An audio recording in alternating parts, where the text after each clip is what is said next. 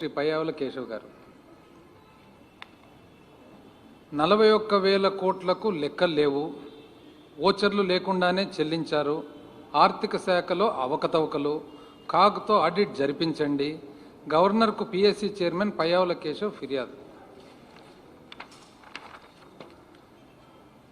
ఇంకా ఒక స్టెప్ ముందరికే వివిధ అంశాలు. తెలంగాణ వాటా పైన కూడా ఏపీ అప్పు కాదండి. నేను యాక్చువల్గా కాన్స్టిట్యున్సీ టూర్లో ఉన్నాను, చాలా రోజులు అయిందని చెప్పి కాన్స్టిట్యున్సీ టూర్లో ఉండగా ఇది చూసిన తర్వాత అసలు ప్రెస్ మీట్లు, ప్రెస్ కాన్ఫరెన్సులు, గవర్నర్కు లెటరు, ఢిల్లీకి లెటరు, అక్కడ లెటరు, ఇక్కడ లెటరు, రెండు డౌట్లు వచ్చినాయి నాకు. ఫస్ట్, టెక్నికల్ ఇష్యూస్ పక్కన పెడదాంలేండి, కామన్ సెన్స్తో ఆలోచన చేద్దాం. Common sense. 41,000 కోట్లు అవకతవకలు జరిగితే అంటే భారతదేశంలో వ్యవస్థ లేదండి? 41,000 కోట్లు వద్దు, 410 రూపాయలు నా అకౌంట్ నుంచి మీ అకౌంట్కో, మీ అకౌంట్ నుంచి నా అకౌంట్కో పడితే బ్యాంక్ మేనేజరు మరుసటి రోజు దాన్ని కరెక్షన్ చేస్తాడు పాస్బుక్లో. అవునా కదా? 41,000 కోట్లు అవకతవకలు జరుగుతుంటే కాగ్తో ఆడిట్ చేపియాలని చెప్పి ఒక లెటర్ చూపిస్తారు. ఆ లెటరే కాగ్ లెటరే కదా, కాగదే కదా లెటర్, మళ్ళీ ఆడిట్ ఏముంది? కాగదే లెటరు. అయితే కాగ్ కింద డివిజనే కదా ఏజీ ఆఫీసు. అయితే నేను అక్కడ కూడా అనుకున్నా, కామన్ సెన్స్తో ఆలోచన చేస్తే ఈ చిన్న ట్రాన్సాక్షనే మనకు మామూలు ఒక సిండికేట్ బ్యాంకు, ఆంధ్రప్రగతి గ్రామీణ బ్యాంకులో 410 రూపాయలు పొరపాటున అకౌంట్ నుంచి అకౌంట్ పడితే వెంటనే కరెక్షన్ జరుగుతుంది. ఇంత అమాయకంగా ఎట్లా మాట్లాడుతున్నారు అబ్బా పిఎస్సి చైర్మన్ గారు? ఇంకో డౌట్ కూడా వచ్చింది నాకు. మామూలుగా ఇట్లాంటి అంశాలు farmer finance minister Yanamala Ramakrishnudu గారు మాట్లాడతారనమాట. యనమల రామకృష్ణుడు గారు సైలెంట్గా ఉన్నారు ఈ విషయంలో. సో నేను అనుకున్నా, ఈయన ఉత్సాహంగా ముందుకు పరిగెత్తున్నాడు, ఈ పొరపాటు చేసుకోనిలే, కాలు జారనిలే, చూద్దామని చెప్పి సైలెంట్గా ఉన్నాడా, లేదా శ్రద్ధ లేక దీని మీద పెట్టలేదా? ఆయన పిఎస్సి చైర్మన్. పిఎస్సి చైర్మన్గా సామాన్య ఎమ్మెల్యే కాదు కదా, పబ్లిక్ అకౌంట్స్ కమిటీ చైర్మన్. మీకు ఏదైనా డౌట్స్ ఉంటే మీరు you can call for meeting, మీరు అడగొచ్చు, ఇన్ఫర్మేషన్ తీసుకోవచ్చు, రాతమూలకంగా ఇవ్వచ్చు. Government is bound to reply కదా, ప్రభుత్వం రిప్లై చేయాల్సిందే. What is public accounts committee?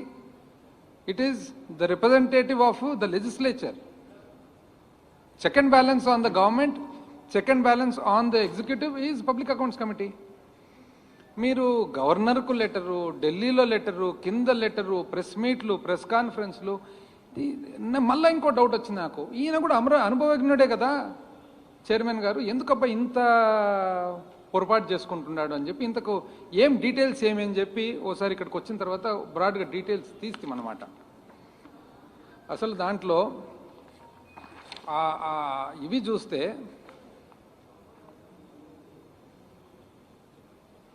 రాష్ట్ర ప్రభుత్వం జమ ఖర్చుల నిర్వహణపై సంచలనం ఆరోపణలు.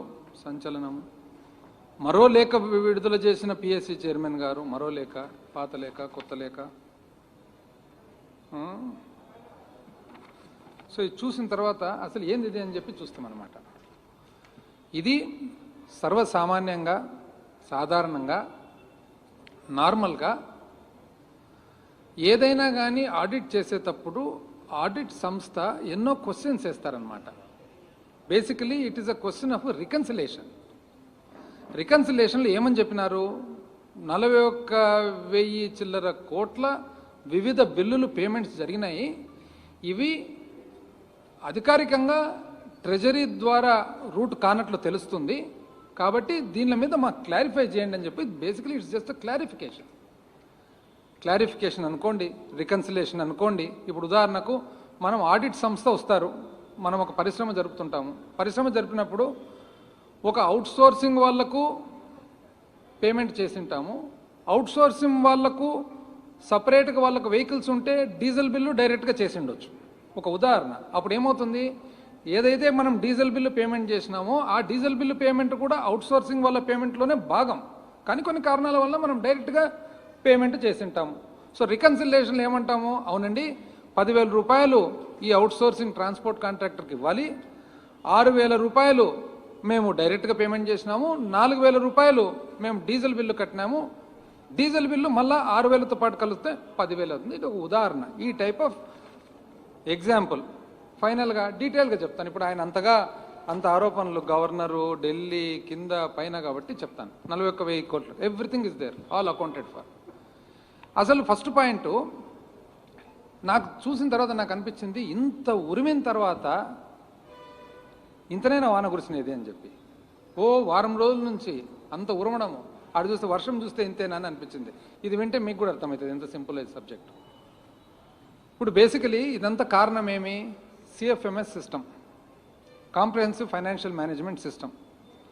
కాంప్రహెన్సివ్ ఫైనాన్షియల్ మేనేజ్మెంట్ సిస్టమ్ రాకముందు పేమెంట్స్ అన్నీ కూడా కంప్లీట్గా ఒక సిస్టమేటిక్గా, మాన్యువల్గా, ఫిజికల్గా ట్రెజరీ ద్వారా జరిగేది. సిఎఫ్ఎంఎస్ వచ్చిన తర్వాత కంప్యూటరైజేషన్తో పాటు అన్నీ కూడా స్టాండర్డైజేషన్, సెంట్రలైజేషన్ అయిపోయిందనమాట. అయితే ఇది ఎప్పుడు స్టార్ట్ అయ్యిండేది సిఎఫ్ఎంఎస్? ప్రతిపక్షం పార్టీ పొద్దు నుంచి సిఎఫ్ఎంఎస్ సిఎఫ్ఎంఎస్ సిఎఫ్ఎంఎస్ అని అంటారు. ఎప్పుడు స్టార్ట్ అయ్యిండేది సిఎఫ్ఎంఎస్? 2018 ఏప్రిల్ నెల, if I'm not mistaken. Correct date కూడా 2/4/2018 వర్క్ స్టార్ట్ అయింది సిఎఫ్ఎంఎస్. స్టార్ట్ చేసిన తర్వాత ఎంత ఆలోచనతో వాళ్ళు సిఎఫ్ఎంఎస్ చేసినాడో మీకు చెప్తాను చూడండి. మామూలుగా పేమెంట్ ఈజ్ ద నర్వ్ సెంటరా? ఇంచుమించు మనకు వెన్నెముక మాదిరి పేమెంట్ ప్రభుత్వానికి. సిఎఫ్ఎంఎస్ సిస్టమ్ ద్వారా పెట్టి ఎవరి చేతుల్లో పెట్టినారండి? సిఇఓ ఎవరప్పుడు? ఒక ప్రైవేట్ వ్యక్తి, ప్రభుత్వ ఉద్యోగి కాదే. ఒక ప్రైవేట్ వ్యక్తిని తెచ్చి సిఇఓగా పెట్టినది పాత ప్రభుత్వం. ఎస్ఏపి సొంతం డెవలప్ చేసుకోకుండా ఎస్ఏపి వాళ్లకు ఇంట్రెస్ట్ చేసినారు ఈ సిఎఫ్ఎంఎస్ నడిపే విధానము, దానికి సంబంధించిన సాఫ్ట్వేరు ఎక్సెట్రా. అంటే ప్రభుత్వానికి సంబంధించిన టోటల్ వెన్నెముకను తీసుకొని పోయి ఎస్ఏపి ద్వారా, ఎస్ఏపి ఈజ్ అ ఈఆర్పి, కానీ ఆ ఈఆర్పి ప్యాకేజ్ వాడాలన్నా, స్టేటే ఒకటి రోబస్ట్ ప్యాకేజ్ డెవలప్ చేసుకోవాలన్నా అనేది ఒక ప్రశ్న. రాష్ట్రం జనరల్గా రోబస్ట్ ప్యాకేజ్ సొంతం డెవలప్ చేసుకుంటుంది, కానీ వీళ్ళు పోయి ఎస్ఏపికి ఇచ్చినారు హ్యూజ్ రేట్, 300 చిల్లర కోట్లు ఇచ్చి ఎవరి చేతుల్లో పెట్టినారు? ఒక ప్రైవేట్ వ్యక్తి who's not even government employee. పెట్టిన తర్వాత 2019కి ఒక సంవత్సరం రోజులు డెవలప్ అయ్యి కాని సిస్టమ్ వదిలిపెట్టిపోయినారు. డెవలప్ అయ్యి కాని సిస్టమ్ను మనం కనుక్కొని దాంట్లో లొసుగులు కొనుక్కొని దాన్ని రెక్టిఫై చేసుకుంటూ స్టెప్ బై స్టెప్ చేసుకుంటూ వస్తుంటే 2 సంవత్సరాల తర్వాత ఇంకా కూడా 1 సంవత్సరం టైం మిగిలిందని చెప్పి ఇంకా సంవత్సరం పడుతుందనేది మనకు తెలుస్తుంది ఈరోజు. ఉదాహరణకు ఏ పేమెంట్ అయినా కానీ ఇంతకుముందు సబ్ ట్రెజరీ పోయి సబ్ ట్రెజరీ ఆఫీసరు అథెంటికేషన్ చేసిన తర్వాత పేమెంట్ జరగాలి. ఇప్పుడు కంప్యూటర్ ద్వారా పోతుంది కాబట్టి ఆటోమేటిక్గా ఆథరైజేషన్ అనేది ఫర్ వేరియస్ ఫంక్షన్స్, ఎన్నో పనులకు ఆథరైజేషన్ అనేది ప్యాకేజీలో, ప్రోగ్రాంలో భాగంగా ఉండాలి. అది లేదు. ఇట్లా ఒకటి కాదు, ఎన్నో ఉన్నాయి. ఈరోజు దాదాపు కొంతవరకు ఇంతకుముందు చాలామంది కంప్లైంట్స్ చెప్పేవాళ్ళు, మాకు శాలరీ రాలేదు, మాకు అది రాలేదు, మాకు ఇది రాలేదు. ఇవన్నీ ఎందుకు? Because there is a deficiency in the package which we are rectifying. ఎవరు స్టార్ట్ చేసిండేది ఇదంతా? గత ప్రభుత్వం. వాళ్ళు అసలు చూసుకున్నట్లేరు ఎందుకనేది. ఇప్పుడు 41,000 కోట్లకు ఉదాహరణకు నేను చెప్తాను ఏ విధంగా అది అకౌంట్ ఫర్ అవుతుందో. 1, funds transferred to PD accounts and left unutilized were lapsed. ఎన్నవి? 15 బిల్లులు అయితే 10,895 కోట్లు. అంటే దయచేసి కొంచెం అక్కడ మాట్లాడొద్దని చెప్పండి అమ్మ వాళ్ళకు. దయచేసి సైలెంట్గా ఉండమనండి, ప్రెస్ వాళ్ళందరికీ అర్థం కావాలి కదా. ఇదంతా technical subject, financial subject, figures. దయచేసి సైలెంట్గా ఉండమనండి. 15 బిల్లులు 10,895 కోట్లు 2021. అంటే what is this? What is PD account? Personal depository account. ఇది అంటే ఒక పర్టికులర్ కార్యక్రమానికి సంబంధించి ఒక పీడీ అకౌంట్ ఓపెన్ చేస్తారు. ఆ పీడీ అకౌంట్లో అంటే ఇప్పుడు ఉదాహరణకు మనకు సెంట్రల్ స్కీమ్ ఉంటుంది, ఎన్ఆర్ఈజీఎస్ ఉంటుంది. ఎన్ఆర్ఈజీఎస్కు ఒక పీడీ అకౌంట్ ఉంటుందన్నమాట. ఆ అకౌంట్లో బడ్జెట్ ఏదైతే రిలీజ్ చేస్తామో మార్చి 31 నాటికి ఒకవేళ మనం వాడకుంటే డబ్బులు, వాడని డబ్బులు వాపస్ మళ్ళీ కన్సాలిడేటెడ్ ఫండ్కు పోతుందన్నమాట. సో ఆ ట్రాన్స్ఫర్ జరుగుతుంది. ఇంతకు ముందు ఎట్లుండేది? ఇది బ్యాంకులో డబ్బులు పెట్టేవాళ్ళు, బ్యాంకు నుంచి మళ్ళా త్రూ ట్రెజరీ అథెంటికేషన్ వాపస్ పోయేది. But that was a TDS system. ఇప్పుడు అంత ఎలక్ట్రానిక్ మూమెంట్ ఉంది, కాకపోతే ఆ ఎలక్ట్రానిక్ మూమెంట్ జరిగేటప్పుడు ఆటోమేటిక్గా క్యాప్చర్ కావాలి. ఆ క్యాప్చర్ అయ్యే ప్రోగ్రామ్ ఈజ్ ల్యాకింగ్. అందుకని 15 బిల్లులు 10,895 కోట్లు 2020-21 సంవత్సరంలో ఆ 41,000లో ఇదొక భాగం. పోనీ మీరు అడగొచ్చు 2020-21లో మాత్రమే జరిగిందా ఇదని.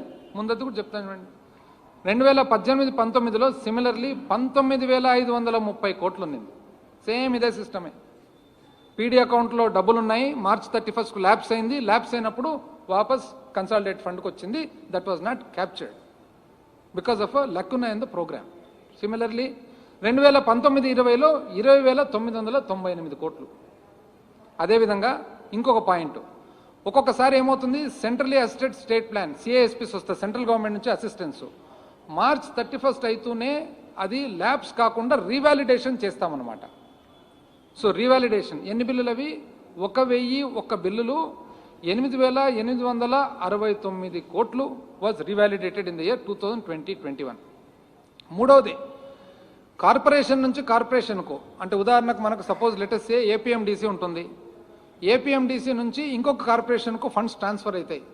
Corporation is not part of the consolidated fund కాబట్టి corporation to corporation transfers also account for 3 bills of 10,895 crores. సిమిలర్లీ రైతు భరోసా ప్రోగ్రామ్ పెట్టినప్పుడు రైతులకు డైరెక్ట్గా పోవాలనే ఉద్దేశంతో e Kuber government of India platform e Kuber వాడాలని చెప్పి స్టార్ట్ చేస్తే 2,728 కోట్లు ట్రాన్స్ఫర్ చేస్తే ఈ కుబేర్ కంపాటబిలిటీ లేక it could not perform the job. ఇమ్మీడియట్గా దాన్ని వాపస్ తీసుకొని మన ఆర్టీజీ ద్వారా చేయడం జరిగింది. సో ఎంట్రీ 8 బిల్లు 2,725 కోట్లు, కాంట్రా ఎంట్రీ మళ్ళీ 8 బిల్లులు 2,727 కోట్లు. Alteration memoranda for rectification of head of accounts, ఒక్కొక్కసారి ఒక హెడ్ ఆఫ్ అకౌంట్ తయారు చేసింటాము కానీ మార్పు చేయాల్సి వస్తుంది హెడ్ అకౌంట్, అప్పుడు ఆల్టరేషన్ చేసింటాం. ఉదాహరణకు ఇప్పుడు ప్రింట్ మీడియా, ఒకవేళ advertisement media, print media advertisement is 261 print మీడియాకి ఇచ్చింటాము. తర్వాత ఇది ప్రింట్ మీడియా కాదు, ఇది పొరపాటున జరిగింది, ఇది ఎలక్ట్రానిక్ మీడియాకి పోవాల్సినది అంటే అప్పుడు correction is done, that goes to head of account 262. That is called alteration memoranda. ఇది ఒక సిస్టము. దీనివలన 507 కోట్లు 28 బిల్లులు. ఆ తర్వాత debited to consolidated fund and rectified later by bill number 13002216 of 4,179. ఏదైతే చేయూతకు సంబంధించి సిమిలర్లీ జస్ట్ లైక్ హౌ రైతు భరోసాది జరిగిందో 4,179 కోట్లు.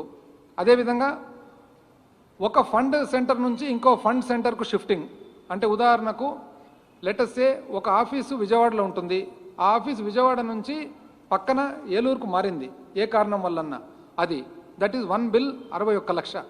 అదేవిధంగా RLB to ULB upgradation from village, కొన్ని విలేజ్ పంచాయతీ నుంచి అర్బన్ ఆర్ఎల్బి నుంచి యూఎల్బి అంటే కొత్తగా ఫామ్ అయిన మున్సిపాలిటీస్ ఉన్నాయి, అది మార్చినారు. అవన్నీ 44 బిల్లులు 14.32 కోట్లు. కొన్ని NPS challans transfer to respective fund manager 1051 1.54 కోట్లు. అంటే కొంతమంది న్యూ పెన్షన్ స్కీమ్లో కట్టక మిస్ అయ్యి తర్వాత కట్టినప్పుడు ఏదైతే ఆ పర్టికులర్ ఫండ్ ట్రాన్స్ఫర్ పోయిందో, అంటే ఒక ఆఫీసర్ ఉంటాడు, తన కాంట్రిబ్యూషన్ కట్ కావాలి, ఏ కారణం వలన క్యాలిక్యులేషన్ వలన కట్ కాలేదు, సబ్సిక్వెంట్ డేట్ ఎప్పుడైతే అది కట్టారో అప్పుడు ఫండ్ ట్రాన్స్ఫర్. ఎన్నవి 1051 బిల్లులు 1.54 కోట్లు. అదేవిధంగా జిఎస్టీ, మామూలుగా ఏ వర్క్స్ కాంట్రాక్ట్ కానీ సర్వీస్ కాంట్రాక్ట్ కానీ జరిగినప్పుడు జిఎస్టీ కట్టాల్సి వస్తుంది. జిఎస్టీ కట్టినప్పుడు ట్యాక్స్ డిడక్షన్ అట్ సోర్స్, అంటే బిల్లు పేమెంట్ జరిగేటప్పుడే డిడక్ట్ అవుతుంది. డిడక్ట్ అనేది డైరెక్ట్గా జిఎస్టీఎన్కు క్రెడిట్ అవుతుంది, నేషనల్ జిఎస్టీఎన్కు. అట్లాంటివన్నీ 8,602 బిల్లులు 224 కోట్లు. అదేవిధంగా TDS on GST transferred reprocess due to payment failed, ఒక్కొక్కసారి ఏమవుతుంది జిఎస్టీ కట్టింటారు, ఏ కారణం వల్లనో అకౌంట్ రాంగ్ అనో ఇంకోటో మిస్టేకో ఫీడింగ్ ఎర్రరో మళ్ళీ రీప్రాసెస్ చేసినప్పుడు 2 బిల్లులు 8 లక్షలు, అంటే డైరెక్ట్ 8 లక్షల నుంచి it is captured. Exactly 10,768 bills 41,043 crores, అంటే 8 లక్షల నుంచి కూడా క్యాప్చర్ చేసి వీ హ్యావ్ ద డీటెయిల్స్. ఎందుకు జరిగింది అని చెప్తా. Because during the process of implementation of CFMS there are certain lacuna కొన్ని ప్రోగ్రామింగ్ ఎర్రర్స్ ఉన్నాయి. ఆ ఎర్రర్స్ ఒకటొకటి కరెక్ట్ చేసుకుంటూ వస్తున్నాం. దీనికి ఎవరండి కారకులు? ఇంత ఆశ్చర్యంగా అసలు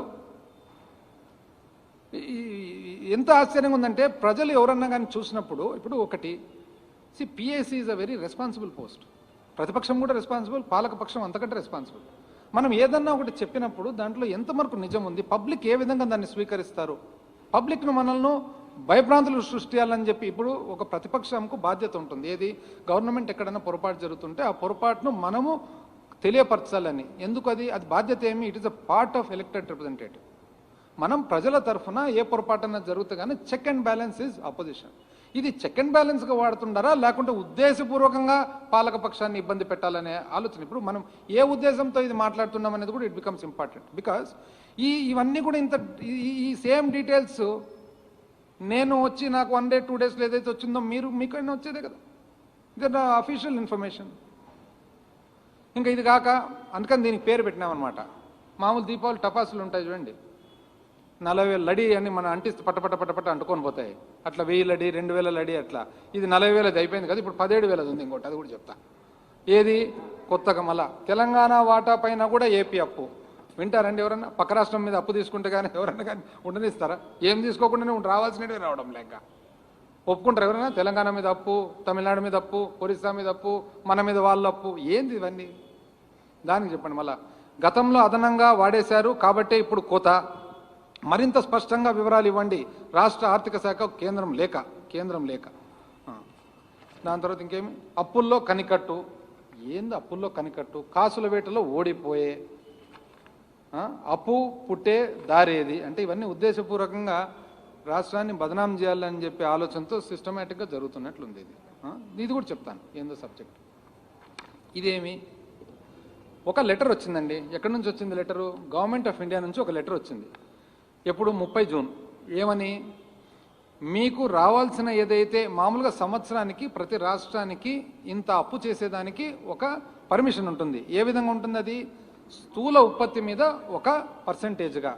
అంటే ఈ సంవత్సరం ఒకవేళ 3% ఉందంటే 3% స్థూల ఉత్పత్తి మీద, 3.5 అంటే 3.5 అంటే ఉదాహరణకు 1,00,000 కోట్లు ఉందనుకోండి, 1,00,000 కోట్ల మీద మనకు 3% చేసేదానికి ఉంటుందన్నమాట. 10 లక్షల కోట్లు ఉంది కాబట్టి 30,000, 3.5% అంటే 35,000. ఇది లెటర్. దాంట్లో వాళ్ళు ఏమంటున్నారంటే ఒక లెటర్ రాసి ఇందులో భాగంగా తెలంగాణ వాటాకు చెందిన అప్పు ఏదైతే రీపేమెంట్ ఉంటుందో ఆ రీపేమెంట్ కూడా ఇది కలిసినట్లుంది అని చెప్పి వాళ్ళు ఒక లెటర్ రాయడం జరిగింది. మేము చెక్ చేసినాం ఏంది ఇది అని చెప్పేసి. ఇప్పుడు యాక్చువల్గా పార్టీషన్ అయినప్పుడు 2014-15 పునర్వ్యవస్థీకరణ జరిగినప్పుడు అప్పు ఏదైతే ఉందో ఆ అకౌంటింగ్ ఎట్లా పెట్టినారంటే అకౌంటింగ్ తెలంగాణ వాళ్ళ వాటా అప్పు వాళ్ళు కట్టినా మన వాటా అప్పు మనం కట్టినా 2 అప్పులు కూడా మన దాంట్లోనే కట్ అవుతాయి. కానీ తెలంగాణ అప్పు ఏదైతుందో కాంట్రా ఎంట్రీ మళ్ళీ మన దాంట్లో ఎంట్రీ జరుగుతుందన్నమాట. అంటే ఉదాహరణకు మనకు పార్ట్నర్షిప్ ఉంది, ఇద్దరం భాగస్థులము. మీరు అప్పు సపరేట్ తీసుకున్నారు, నేను అప్పు సపరేట్ తీసుకున్నాను. మన ఇద్దరి అప్పు ఏదైతే ఉంటుందో కంబైన్డ్గా నా అకౌంట్లో కట్ చేస్తున్నారు, కానీ తర్వాత మళ్ళీ నీ దాంట్లో మళ్ళీ రెండోసారి అకౌంట్ ఫర్ చేస్తున్నారు. ఇది ఎవరు చెక్ చేసేది? ఇది ఏజీ ఆఫీస్ చెక్ చేస్తారు. ప్రతి ఒక్కరి నోటీసులో ఉంటుంది. రాష్ట్రం దేశానికి సంబంధించిన విషయం ఇది. అయితే అప్పు పరిమితి ఎప్పుడైతే మనకిస్తారో, మనకి ఎంత ఇస్తారు? స్థూల ఉత్పత్తి మీద 3% కానీ 3.5 కానీ 4 కానీ 5 కానీ ఆ రోజు ఫైనాన్స్ కమిషన్ రికమెండేషన్స్ ప్రకారము లేదా ప్రభుత్వం తీసుకున్న నిర్ణయాల ప్రకారం ఇస్తూ దానికి తోడుగా ఏ అప్పు అయితే సంవత్సరానికి మనం తిరిగి కడుతున్నామో తిరిగి కట్టే అప్పు కూడా మనం కలిపి ఇస్తారు. సో ఇప్పుడు వాళ్ళ వాదన ఏమి? తెలంగాణ అప్పు కూడా కలిపి ఆంధ్రప్రదేశ్ దాంట్లో మీకు జమ అయింది కాబట్టి మీరు పర్మిషన్లో తెలంగాణ అప్పు కూడా మీకు కలిసి వచ్చింది కాబట్టి మీరు ఎక్కువ అవైల్ చేసుకున్నారు అని. వాస్తవానికి అది జరగలేదు. అది కూడా తీసినాం. ఏమి 2016-17, 2017-18, 18-19, 19-20 తీసుకొని వచ్చినామండి. మనకు యాక్చువల్గా 16-17లో మనకు ఎంత? 5,622 తిరిగి కట్టేదానికి, అంటే అప్పు తిరిగి ఏదైతే కడతామో పర్మిషన్ ఉంది. అందులో తెలంగాణ వాటా ఎంత ఉంది? 1,283. 2017-18లో 9,450 కోట్లు ఉంది. కలిపి. అందులో తెలంగాణ వాటా 2771. 18-19లో 13,544 తెలంగాణ వాటా, అందులో 4,557. 19-20లో 18,265 దాంట్లో తెలంగాణ వాటా 6,411. సో వీళ్ళ అర్థం ఏమంటే ఈ 6,411, 4,557, 2,771, 1,283 కలిపి 15,000 చిల్లర కోట్లు ఏదైతే తెలంగాణ వాటా ఉందో అది కూడా పొరపాటున మన దాంట్లో ఎంట్రీ అయింది. ఆ ఎంట్రీ వలన మనం దానికి కూడా పర్మిషన్ వచ్చింది మనకు. కాబట్టి ఈరోజు మేము దాన్ని తగ్గించుకుంటాం మీకు ఇచ్చేసిన వాళ్ళు అంటున్నారు. కాకపోతే పొరపాటైంది. వాళ్ళు ఏ లెటర్ అయితే రాసినారో వాళ్ళకు కూడా తెలియక జరిగింది. యాక్చువల్గా వాస్తవానికి జరిగినది ఏమంటే మనకు పర్మిషన్ ఏదైతే 2016-17 మనకు ఎలిజిబిలిటీ అంటే ఎంతైతే మనం తీసుకునేదానికి మనకు హక్కు ఉందో 24,418 కోట్లు. అదేవిధంగా 17-18లో 33,244 కోట్లు. 18-19లో 41,113. 19-20లో 53,576. 20-21 రివైజ్డ్ అకౌంట్స్లో రివైజ్డ్ ఎస్టిమేట్స్లో 63,167. ఇవి మనకు వచ్చిన ఎలిజిబిలిటీ, మనకు వచ్చిన హక్కు వాళ్ళు ఇచ్చినది. కానీ మనము యాక్చువల్గా మనం తీసుకునేది 2016-17లో 21,229, 17-18లో 25,429, 18-19లో 33,554, 19-20లో 45,645, మరి 20-21లో 54,629. అంటే ఏదైతే వాళ్ళు పరిమితి ఇచ్చినారో పరిమితి కంటే మనం చాలా తక్కువ తీసుకున్నాము. అందులోనే వాళ్ళు ఏదైతే తెలంగాణ వాటా ఉందో తెలంగాణ వాటా కట్ చేసే తీసుకున్నాము అనేది ఇక్కడ నిర్ధారణ అవుతుంది. మరి ఎందుకు పెరిగింది అనేది, ఎక్కడి నుంచి వచ్చింది 17,000 కోట్లు అంటే చెప్తా. ఎవరైతే ఆరోపణలు చేస్తారో వాళ్ళ వల్లనే వచ్చినాయి. ఎప్పుడు కూడా వీళ్ళంతే, చాలా అసలు ఆలోచన తక్కువ, ఆవేశం ఎక్కువ, విపరీతమైన ఆవేశం. వీళ్ళకి ఎవరు నేర్పించినారో, పైనుంచి కింద నేర్పించినారో, కింద నుంచి పైన నేర్పించినారో. మేమైతే ఏదన్నా ఒక్క ప్రెస్ కాన్ఫరెన్స్ పెట్టి ఒక ఆరోపణ చేసే ముందర మా గురుగారు ఉండేగారు ఇంతకుముందు, మన దువ్వూరు సోమయాజులు గారు చాలా బాగా నాకు చెప్పేవాళ్ళు, రాజేంద్ర చాలా జాగ్రత్తగా చూసుకోమ్మా, ఏం మాట్లాడుకున్నా పర్వాలే కానీ ఏదన్నా మాట్లాడితే మాత్రం సబ్స్టెన్స్ ఉండాలి, లేకుండా కానీ పొరపాటు జరుగుతుంది అని చెప్పి.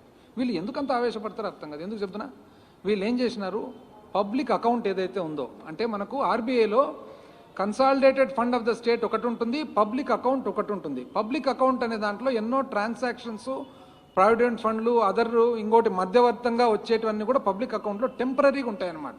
ఆ టెంపరీగా ఉండే పబ్లిక్ అకౌంట్ నుంచి వీళ్ళు ఎంత డ్రా చేసినారంటే 16-17లో 4,803 కోట్లు ఎక్స్ట్రా డ్రా చేసినారు. 17-18లో 1,040 కోట్లు. 18-19లో 10,574. ఎప్పుడదండి, ఎలక్షన్ ఇయర్, కరెక్ట్గా ఎలక్షన్ ఇయర్. పబ్లిక్ అకౌంట్ నుంచి 10,574 కోట్లు డ్రా చేయడం జరిగింది. మన ప్రభుత్వం వచ్చిన తర్వాత 19-20లో మనము 6,957 కోట్లు మనం డ్రా చేయడం జరిగింది. కానీ అది నలిఫై అయింది. ఎందుకు నలిఫై అయిందంటే 20-21 వచ్చేటప్పటికి మనం పరిమితి 63,167 కోట్ల పరిమితం ఉన్నా మనం డ్రా చేసినది ఓన్లీ 56,602 కోట్లు. అంటే పాత సంవత్సరం 6,000 కోట్లు ఏదైతే పబ్లిక్ అకౌంట్ నుంచి వచ్చిందో దాన్ని భర్తీ చేసేసినాం అన్నమాట.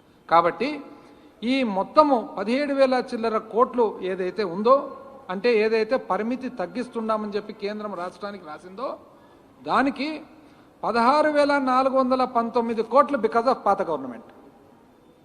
మళ్ళీ ఒకసారి చెప్తానండి, 17,000 చిల్లర కోట్లు, 17,000 ఏదైతే లెటర్ రాయడం జరిగిందో ఆ లెటర్లో 16,419 కోట్లు బికాజ్ ఆఫ్ పాత గవర్నమెంటు, 392 కోట్లు మాత్రమే బికాజ్ ఆఫ్ మన గవర్నమెంటు, 1,013 కోట్లు ఉదయ్ లాసెస్ వస్తాయనే ఉద్దేశంతో, ఉదయ్ స్కీమ్ కింద లాసెస్ వస్తాయనే ఉద్దేశంతో వాళ్ళు ఒక ప్రొవిజన్ పెట్టినారు. లాస్ లేదు కాబట్టి ఆ ప్రొవిజన్ వచ్చేస్తుంది. ఇంత క్లియర్గా ఉంటే ఏమేమండి, తెలంగాణ వాటా కూడా అంట, తెలంగాణ వాటా మనమే వాడుతున్నామంట, పక్క రాష్ట్రం వాడే దాంట్లో. అంటే వీళ్ళకి అందరు సఖ్యత ఉండేది ఇష్టం ఉన్నట్లేదు చూస్తుంటే. అసలు ఎంత ఆశ్చర్యంగా ఉంది చూడండి. అందుకని నాకు వీళ్ళు చూసిన తర్వాత అనిపిస్తుంది, ఎవరు మా ఊర్ల పక్క చెప్తుంటారనమాట, ఇది అంచు డాబే కానీ పంచడాబు లేదని చెప్పి. పంచ కట్టుకుంటాం కదా, అంచు మాత్రం ఫ్యాషనబుల్గా ఉంటుంది. ఎవడన్నా చూస్తానే టక్కని చెప్పా ఏం పెట్టినారబ్బా పంచ అని, లోపల పంచలో మాత్రం ఉండదు, స్టఫ్ ఉండదు. ఇది వీళ్ళది. అసలు ఎంత ఆశ్చర్యకరమైన ఇది. ఏమంటే ఇంకా మాటలకు ఇంకోటి అప్పులు. అప్పుల్లో కనికట్టు ఓడిపోతాము, ఓవర్ డ్రాఫ్ట్ చేస్తాము, ఇంకోటి చేస్తాము, పరపతి పోయే ఉన్న పరపతి కూడా వీళ్ళు తీసేటట్టు ఉన్నారు చూస్తుంటే. రాష్ట్రానికి కేంద్రం షాకు. ఎందుకు ఇస్తారండి షాకు? ఫెడరల్ సెటప్ ఇది. ఎవరెవరికి షాక్ ఇస్తారు? అప్పు కావాలా? ఏంటి ఇవన్నీ? రాష్ట్రానికి మర్యాద తీసేసే పనులు. అవునండి, అప్పు చేసినాం, ఏమి తప్పేమి? నాకు అర్థం కాలే. ఏమి అంటే మన ఇష్ట ప్రకారం అప్పు చేయొచ్చు అని అనుకుంటున్నారు అందరు? లేదే, మనకు ఒక పరిమితి ఉంటుంది. ఆ పరిమితి లోపల చేస్తున్నాం. ఏ పరిస్థితుల్లో చేస్తున్నాం మనం? ఏ పరిస్థితుల్లో? 2019-20లో వాస్తవానికి 19-20లో స్లోడౌన్ అయిపోయింది. ఎకానమీనే స్లోడౌన్ అయిపోయింది. ఎకానమీ ఏ విధంగా స్లోడౌన్ అయింది అందరికీ తెలుసు.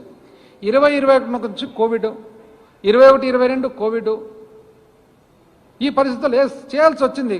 సామాన్య మానవుని కాపాడుకునేదానికి, పరిపాలన చేసేదానికి మరి ప్రభుత్వము అన్ని రకాలుగా ఒకవేళ పరిపాలన చేసేదానికి అప్పు చేయాల్సిన పరిస్థితి వచ్చింది. మనం ఒక్కరమే కదా చేస్తుండేది, ప్రతి ఒక్కరు చేస్తున్నారు.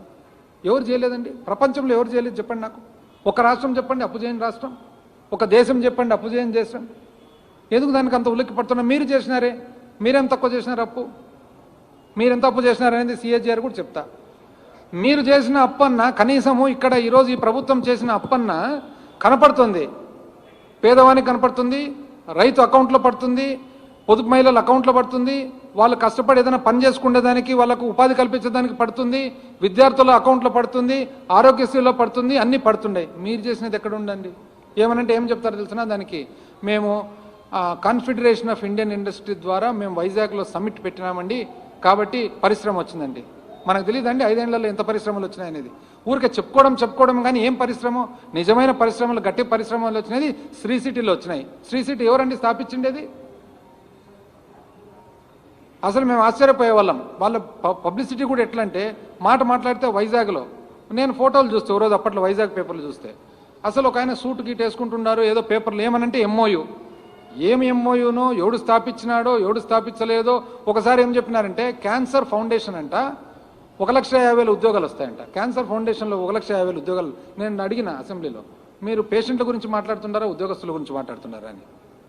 ఎట్లా వస్తారండి 1,50,000? ఇంకా పైన మాట్లాడితే సూటు బూటు ఆ చైనా వాళ్ళు.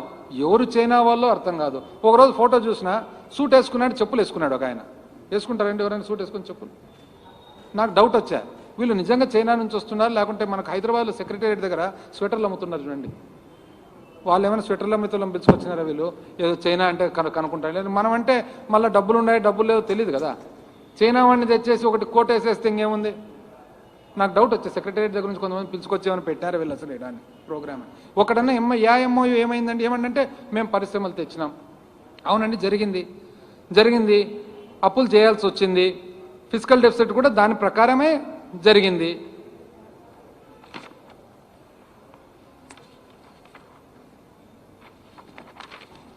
రెండు 2016-17 నుంచి చూస్తే మామూలుగా 28% ఉండేది, 30 దాటింది. ఏది? అప్పు స్థూల ఉత్పత్తిలో భాగంగా అప్పు 1% తీసుకుంటే జరిగింది. మనతో పాటు చాలా రాష్ట్రాలు ఉన్నాయి. పంజాబ్ ఉంది, రాజస్థాన్ ఉంది, ఎన్నో రాష్ట్రాలు చూసుకుంటూ పోతే we might not be best. మనమేమి బెస్ట్ ఆఫ్ ద పరిస్థితులు ఉన్నామని అనడం లేదు. 2014లో పునర్వ్యవస్థీకరణ జరిగినప్పటి నుంచి పునాది అక్కడికెక్కడికే పడింది. పోనీ మీరు చేసిన అప్పు కూడా చూద్దాం, కేంద్రం ఎంత చేసిందో చూద్దాం. కంపారిటివ్ ఉండాలి కదా. ఆంధ్రప్రదేశ్ ఒకటే కాదు కదా.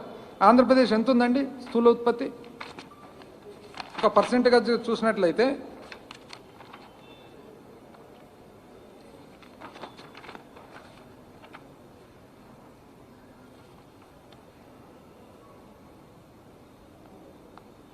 Physical deficit as percentage of GSDP ఎంత ఉందండి? 19-20లో 4.08, 20-21లో 5.51. కరెక్టే. కేంద్రం ఎంత ఉందో చూద్దామండి. అప్పటికి 19-20లో కేంద్రం 4.60, 20-21 వచ్చి 9.50.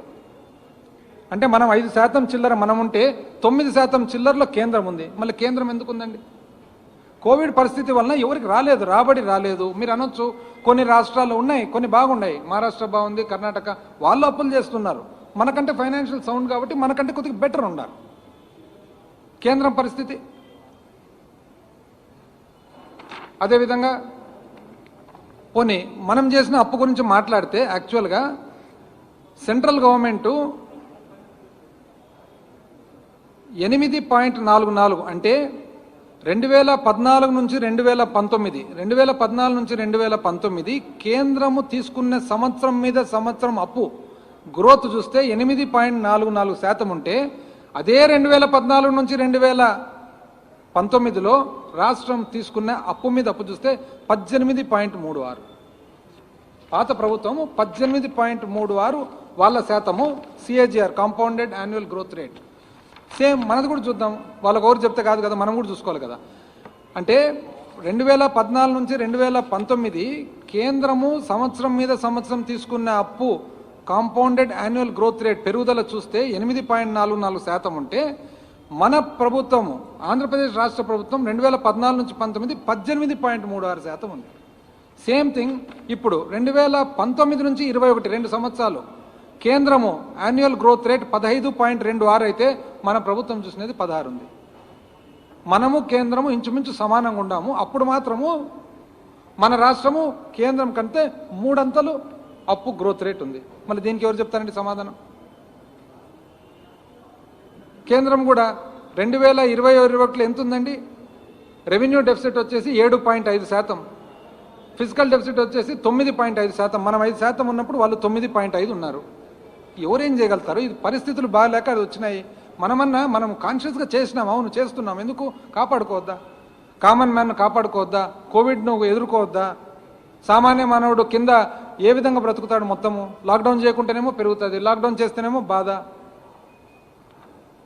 పెరుగుదల చూడండి, పన్ను మామూలుగా 2018-19 16.6% పెరిగిండేది. 19-20కి వచ్చేటప్పటికి 6.5. కేంద్రం అట్లే ఉంది, మనం అట్లే ఉన్నాము. మరి 20-21 వచ్చేటప్పటికి -9, మైనస్లో పడిపోయినాం. రాబడి లేదు.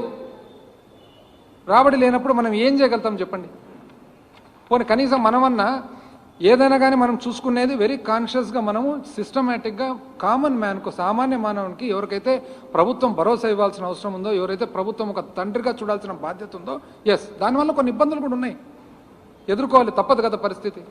మనం ఈ విధంగా చూసినట్లయితే ఎంతండి, ఆల్మోస్ట్ 2 సంవత్సరాలకు గాను అమ్మఒడి అయితేనేమి, జగనన్న అమ్మఒడి అయితేనేమి, జగనన్న వసతి దీవెన అయితేనేమి, జగనన్న విద్యా దీవెన అయితేనేమి, విదేశీ విద్య కానీ, వైఎస్ఆర్ రైతు భరోసా కానీ, 0 వడ్డీ అయితేనేమి, YSR free crop insurance, input subsidy, మత్స్యకార భరోసా, 0 వడ్డీ, పెన్షన్ కానుక, చేయూత, ఆసర, బీమా, కాపు నేస్తం, నేతన్న నేస్తం, చేదోడు, లా నేస్తం, వాహన నేస్తం, ఇవన్నీ కలిపితే 2 సంవత్సరాలు గాను ఇంచుమించు 1 లక్ష చిల్లర కోట్లు డైరెక్ట్గా పబ్లిక్ లేకపోవడం జరిగింది. ఇంచుమించు బెనిఫిషరీస్ వచ్చేసి కొన్ని కోట్లాది మంది బెనిఫిషరీస్కు, లబ్ధిదారులకు డైరెక్ట్గా పోయింది. వాళ్ళు చేసినారండి. వాళ్ళు ఎట్లా చేసినారు? అప్పట్లో గుర్తుందా వాళ్ళు చేసిండేది? ఏమన్నంటే ఆయన అన్న స్పీచ్లోనే ఒకసారి ఆశ్చర్యం ఉంటుంది. 9 ఏళ్ళు ఏమని చెప్పినాడు ఆయన? చంద్రబాబు నాయుడు గారు ఏమేమి అసలు వ్యవసాయం దండగా, సబ్సిడీలు పుల మీద స్వారీ, ఉచితంగా ఏది ఇవ్వడానికి వీల్లేదు, ఉచిత విద్యుత్ ఇస్తే తీగలు బట్టలు ఆరేసుకోవాల్సి వస్తుంది, యూజర్ ఛార్జీలు ఖచ్చితంగా పెట్టాల్సిందే. ఇవి కాక మళ్ళా ఎక్కడికి పోయినా కూడా ప్రతి సంవత్సరం డావోసు, ఏం చేసినారో డావోస్లో నాకు అర్థం కాదు. డావోస్కి అయితే ఖచ్చితంగా పోయినారు. లాస్ట్కి ఎటువంటి పబ్లిసిటీ అంటే ఇటలీకి పోతే ఇటలీ వాళ్ళు అడిగినారంట, అబ్బా సార్ మీరే సార్ మాకు ప్రధానమంత్రి ఉండాలి, ఎప్పుడు వస్తారు సార్ ఈయన ఇటలీకి అంట. ఇంకా చూడండి ఎట్టుందో. ఇటలీకి పోతే ఇటలీ వాళ్ళు రమ్మంటారు, లండన్కి పోతే లండన్ వాళ్ళు రమ్మంటారు, జపాన్కి పోతే జపాన్ వాళ్ళు రమ్మంటారు, సింగపూర్కి పోతే ఇంకా మేలు ఆయనక క్యూఓ ఎవరు ఉన్నారు చూడండి, మెయిన్ ఆయన ఫౌండరు, ఆయన్నే ఈయన స్ఫూర్తిగా తీసుకున్నారని రాసుకోలేదు, ఒక్కటి రాలే. నేను చెప్తున్నాడు ఏం చేసినారు ఇంతకు వాళ్ళు చెప్పిన పనులు ఏమేమి చేసినారంటే, వాళ్ళు రైతులు లాస్ట్కు ఒక రైతు భరోసా, మన రుణమాఫీ ఒక్కటి చూస్తే 87,000 కోట్లు కట్టాల్సినది నిక్కుకుంటా 15,000 కట్టక చేసి వాళ్ళ అకౌంట్లను భ్రష్టు పట్టించి, అదేవిధంగా మొత్తం పొదుపు మహిళలు ఎవరైతే ఉన్నారో వాళ్ళ అకౌంట్లను భ్రష్టు పట్టించి వాళ్ళని కట్టొద్దని చెప్పి బాబు వస్తున్నాడు. ఆ సినిమాలు అసలు టీవీలో కూడా బాబు ఒకరు ఏడ్చుకుంటూ ఒకరు బీరువాళ్ళు లాక్కుంటుంటే, బ్యాంక్ వాడు వచ్చి లాగుతుంటే బాబు వస్తున్నాడని చెప్పి మొత్తం అంతా భ్రష్టు పట్టించాడు అంత అకౌంట్. కనీసం ఈ ప్రభుత్వం అన్నా అప్పో సొప్పో చెప్పిన ప్రకారం చేసుకొని భ్రష్టు పట్టిలే కదా అకౌంట్స్ను. చెప్పినాము, ఏమని చెప్పినాము, రైతులకు ఏమని చెప్పినాము, ముఖ్యమంత్రి గారు ఏమన్నారు, 50,000 రూపాయలు 4 కంతులు అన్నారు. 4 కంతులు పోయి 5వ కంతు కూడా ఇస్తున్నాం కదా, 12,500 వద్ద 13,500 ఇంక్లూడింగ్ సెంట్రల్ షేర్. అదేవిధంగా మనము ఆసరా 27,000 కోట్లు 4 విడతల్లో మొదలు పెట్టినామా లేదా? చేయూత చెప్పిన ప్రకారం మొదలు పెట్టినామా లేదా? ఉన్నాయి, కష్టాలు ఉన్నాయి, మనం ఏం కాదని దాన్ని నటన ఏం లేదు, మనం దాన్ని రిఫ్యూజ్ చేయడం లేదు కదా. కనీసం వాళ్ళ మాదిరి ఊరికే లేని అబద్ధాలు చెప్పుకుంటా. ఇది చూడండి, అసలు ధాన్యం వాళ్ళ పెండింగ్ ఎన్ని కట్టినామని మనం ధాన్యం సేకరణ వాళ్ళు వదిలిపెట్టిపోయినది 960 కోట్లు, విత్తనాల సబ్సిడీ 384 కోట్లు, సూక్ష్మ చిన్న మధ్యతరగతి పరిశ్రమలు ప్రోత్సాహకాలు 963 కోట్లు, విద్యా దీవెన 1880 కోట్లు, ఆరోగ్యశ్రీ పెండింగే, రైతు విద్యుత్ సబ్సిడీ పెండింగ్, అగ్రికల్చర్ 14,000 చిల్లర కోట్లు ఇంచుమించు పెండింగ్ పెట్టిపోయినారు. మళ్ళా అడ్వర్టైజ్మెంట్ మాత్రం చూస్తే అన్ఎంప్లాయిడ్ యువనేస్తాం ఎప్పుడు పెడతారు? యువనేస్తాం 1 సంవత్సరం ముందర చెప్పినదన్నా ఇచ్చినారంటే తీరా అంతా చేసి ఇచ్చినంత 273 కోట్లు అంతే. దాని తర్వాత అసలు వాళ్ళ ప్రోగ్రామ్ ఏదైతే రైతు మన రుణమాఫీ ఉందో దాన్ని వాళ్ళు ఓటన్ అకౌంట్ బడ్జెట్లో అది కనీసం పెట్టను కూడా పెట్టలే. మనం చేసినాము, జాగ్రత్తగానే అన్ని చేసుకుంటూ వచ్చినాము. కోవిడ్ అండి, కోవిడ్ మేనేజ్మెంట్ చూసినట్లయితే ఈరోజు ఎవరినన్నా చూడండి, ఢిల్లీకి పోయి ఎవరన్నా కానీ ఓపెన్గా నేను చెప్తున్నాను, ఢిల్లీకి పోయి ఎవరినన్నా మీ కౌంటర్ పార్ట్స్ ఉంటారు కదా అడగండి, ఆంధ్రప్రదేశ్ని అప్రిషియేట్ చేస్తున్నారు, one of the best states అని చెప్పి. ఈరోజు ఎన్నో దీనిలలో సెకండ్ ప్లేస్ అని కూడా చెప్పినారు. ఏమని? Covid management of second wave చక్కగా చేస్తుంది. అదేవిధంగా సస్టైనబుల్ డెవలప్మెంట్ గోల్స్ మన నీతి ఆయోగ్ ఏమనిందండి? 4వ స్థానంలో ఆంధ్రప్రదేశ్, 4వ స్థానంలో ఆంధ్రప్రదేశ్, 2వ స్థానంలో కోవిడ్ మేనేజ్మెంటు. మళ్ళీ ఇవన్నీ కూడా వస్తున్నాయి కదా, ఇవన్నీ ఏదైనా కానీ అప్రిషియేట్ చేయాల్సిన బాధ్యత కూడా ఉంది కదా. ఇవన్నీ చేయకపోగా అసలు నాకు ఒకసారి అనిపిస్తుంది వీళ్ళంతా ఎట్లుందంటే ఎందుకు ఇంత ఆవేశంతో ఆతృతతో ఇంత మాట్లాడతారు. నాకు తెలిసి కింద నుంచి పైకి ఇన్ఫ్లుయెన్సా, పైనుంచి కింద ఇన్ఫ్లుయెన్సా. కానీ మా పక్క ఇంకోటి సామెత చెప్తుంటారు ఎప్పుడు, దున్నపో తినిందంటే దూడని కట్టేయండి అని చెప్పి. సేమ్ అట్లే వీళ్ళది అట్లే ఉంటుంది. ఏదో ఒకటి చూడ్డము, అసెంబ్లీలో కూడా చూస్తాం కదా, తక్కువ చేసి ఏందేందో మాట్లాడతారు. దాంట్లో సబ్స్టెన్స్ లేదా దాంట్లో? దయచేసి నేను అందరికీ, చైర్మన్ గారికి, ఇంకోరికి అందరికీ ఏం కోరుతున్నా అంటే, ఏదన్నా సార్ రెస్పాన్సిబుల్ పోస్టు, దయచేసి మీరు ఇన్ఫర్మేషన్ కాల్ఫర్ చేయండి, ఇన్ఫర్మేషన్ తీసుకొని మాట్లాడండి. అంతేగాని ఇట్లా పబ్లిక్ను భయభ్రాంతులు సృష్టించొద్దండి. భయభ్రాంతులు సృష్టించి ఇప్పుడు as it is a Covid సిచ్యువేషన్లో బ్యాడ్ సిచ్యువేషన్ ఉంది. బ్యాడ్ సిచ్యువేషన్ ఉన్నప్పుడు కన్స్ట్రక్టివ్గా ఏదన్నా కానీ ఉండాలి. కానీ డిస్ట్రక్టివ్ సలహాలు, కేవలం జస్ట్ బికాజ్ మనకు మీడియా మీద గ్రిప్ ఉంది కదా అని చెప్పి మీడియా ద్వారా ఇట్లా డైలీ ఆ అప్పు దొరకలేదు, ఈ అప్పులు ఎక్కువ పెట్టినారు, దాంట్లో ఎక్కువ ఇచ్చినారు, దీంట్లో తక్కువ ఇచ్చినారు, ఏంటండి ఇవన్నీ? దీంట్లో ఒక దాంట్లోనే ఏదన్నా సబ్స్టెన్స్ ఉందా? దయచేసి నేనైతే త్రూ దిస్ ఈ వేదిక ద్వారా ఎవరైతే రెస్పాన్సిబుల్ పీపుల్ అక్కడ ఉన్నారో వాళ్ళందరినీ నేను అందుకని అనుకున్నా, ఫస్ట్లే అనుకున్నా యనమల రామకృష్ణుడు గారు మాట్లాడాలని, ఇష్యూ ఎందుకు మాట్లాడలేదు నేను అనుకున్నా. ఈయన ఉత్సాహంగా పరిగెత్తున్నాడు, పడతాడు, పడనిలే అని చెప్పి వదిలిపెట్టినాడు ఏమన్నా డౌట్.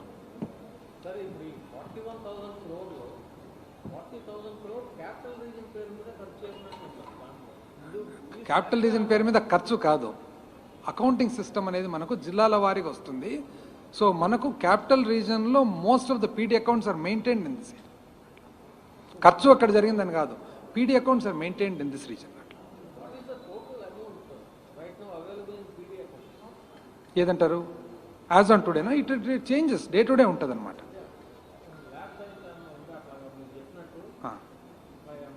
అంటే పీడీ అకౌంట్లో ఎంత ఉందనేది డే టు డే 6,000 ఉండొచ్చు, 7,000 ఉండొచ్చు, on day to day basis. It is like an account, మన అకౌంట్ బ్యాలెన్స్ మాదిరి. ఈరోజు మన అకౌంట్లో ఎంత ఉందంటే ఈరోజు మన బ్యాంక్ బ్యాలెన్స్ చూసుకుంటే తెలుస్తుంది. అట్లా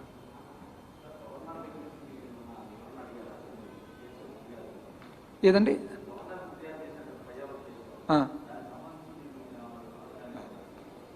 ఎవరికైనా కానండి సింపుల్ కామన్ సెన్స్ కదా. భారతదేశంలో అకౌంటింగ్ లేదా, సిస్టమ్ లేదా? నేను ముందనే చెప్తే కదా, మనం గ్రామీణ బ్యాంకుకి పోతే 410 రూపాయలు పక్కకు పోతే కానీ మరుసటి రోజు మళ్ళీ అడ్జస్ట్ చేస్తాడు, 41,000 కోట్లు ఇట్లా పోతుందండి. I have given complete details కదా, ఇంక్లూడ్ బిల్ నెంబర్స్ ఇచ్చి.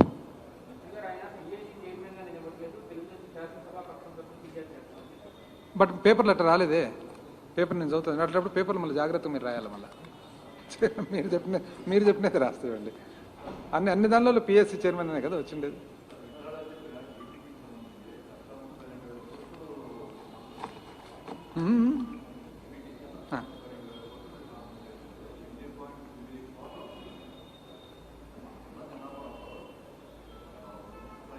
కరెక్ట్, నాకు అర్థమైంది, మీ పాయింట్ అర్థమైంది. అర్థమైంది నాకు. ఇది రైతు ఉంటాడు, రైతు భరోసా ఇవ్వడం ఏమి? It is because is a farmer. But the same farmer might also be eligible for pension కదా. సో అంటే ఇది పర్సన్ బేస్డ్ కాదు కదా, ఇట్ ఈస్ యూసేజ్ బేస్డ్.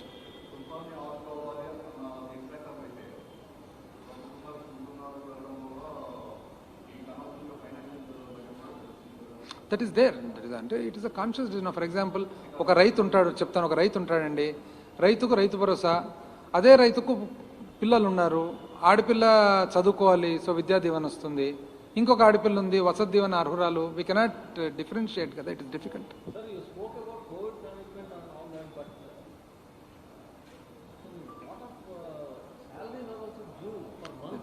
నేను చెప్తున్నా అండి, salaries due for months level and it is only no I'll tell you, no salaries can be due for more than a particular time. It is only that మనకు దాదాపు 12 లక్షల చిల్లర మంది పోస్టులు ఉంటే దాంట్లో అవుట్ సోర్సింగ్ అని, టైం స్కేల్ అని, ఇంకోటని రకరకాలు ఉన్నాయన్నమాట. ఇవి డిపార్ట్మెంట్ ఓరియంటెడ్ అనమాట. సో డిపార్ట్మెంట్ ఓరియంటెడ్ అన్నప్పుడు ఏమవుతుందంటే ఆ డిపార్ట్మెంట్ ఏ కారణం వలన అప్లోడింగ్ కానీ ఇంకోటి కానీ, ఒక సింపుల్ ఉదాహరణ చెప్తాను. నిన్న నా నోటీస్కి వచ్చింది ఉదాహరణ. నిన్న మా 3 days బ్యాక్ మన పెనంలూరు శాసనసభ్యులు శ్రీ పార్థసారథి గారు, ఫార్మర్ మినిస్టర్ గారు నాకు ఫోన్ చేసినారు. వచ్చి ఆ కొత్త వాళ్ళ నియోజకవర్గంలో ఏ ఊరండి, పీతో స్టార్ట్ అవుతుంది చూడండి ఊరు, తాడిగడప రీసెంట్గా it is upgraded to municipality. కానీ అప్గ్రేడ్ చేసిన తర్వాత శాలరీస్ రాలేదు ఫ్యూ మంత్స్ నుంచి. నేను ఇమ్మీడియట్గా అడిగినాను నిన్ననే, ఏమని సబ్జెక్ట్ అంటే తాడిగడప హెస్ బీన్ అప్గ్రేడ్ అయినప్పుడు ఏదైతే మనకు మనీ డ్రాయింగ్ ఫెసిలిటీ ఉండదో it has to be enabled. ఆ ఎనేబులింగ్ అనేది జరగలేదన్నమాట. అట్లా కొన్ని ఇప్పుడు కొంతమంది అవుట్ సోర్సింగ్ వాళ్ళు ఉంటారు, కొంతమంది ఆ 104లో కొన్ని ఎంప్లాయీస్ టెంపరీగా. ఇది బేసికలీ డిపార్ట్మెంట్స్ నుంచి మనకు రావాలి. డిపార్ట్మెంట్స్ నుంచి వస్తేనే salaries absolutely there is no issue. అదే అండి, ఒక పర్టికులర్ కేటగిరీ. ఇదే తాడిగడప 3 నెలలు 4 నెలల నుంచి పెండింగ్ ఉంది. మరి ఎందుకుంది? Somebody has to come say. అదే కదా నేను చెప్పేది, CFMS has not been completely enabled. So ఇది ఎట్లా పర్సనల్గా మాన్యువల్ ఇంటర్వెన్షన్ వచ్చి ఒక వ్యక్తి వచ్చి దాన్ని కూర్చొని దాన్ని మళ్ళీ ఎనేబులింగ్ ఇచ్చి అక్కడ ఎవరైతే డీడీఓ ఉన్నాడో డీడీఓకు డ్రా చేసే కెపాసిటీ ఇస్తేనే పేమెంట్ కెన్ బి.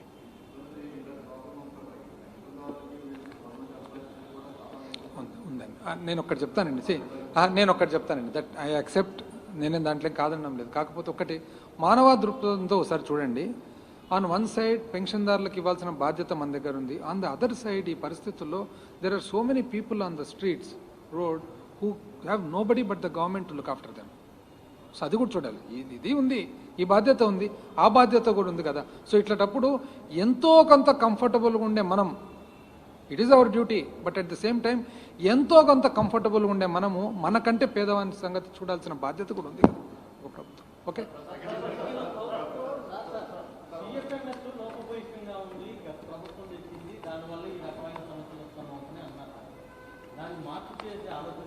చేస్తున్నా. No, we are rectifying, we are trying to create a parallel system also.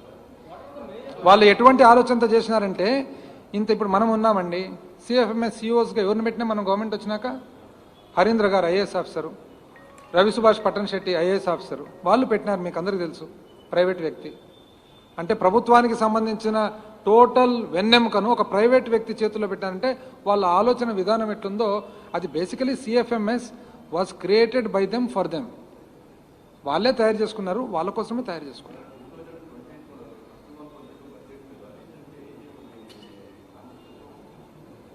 ఏమని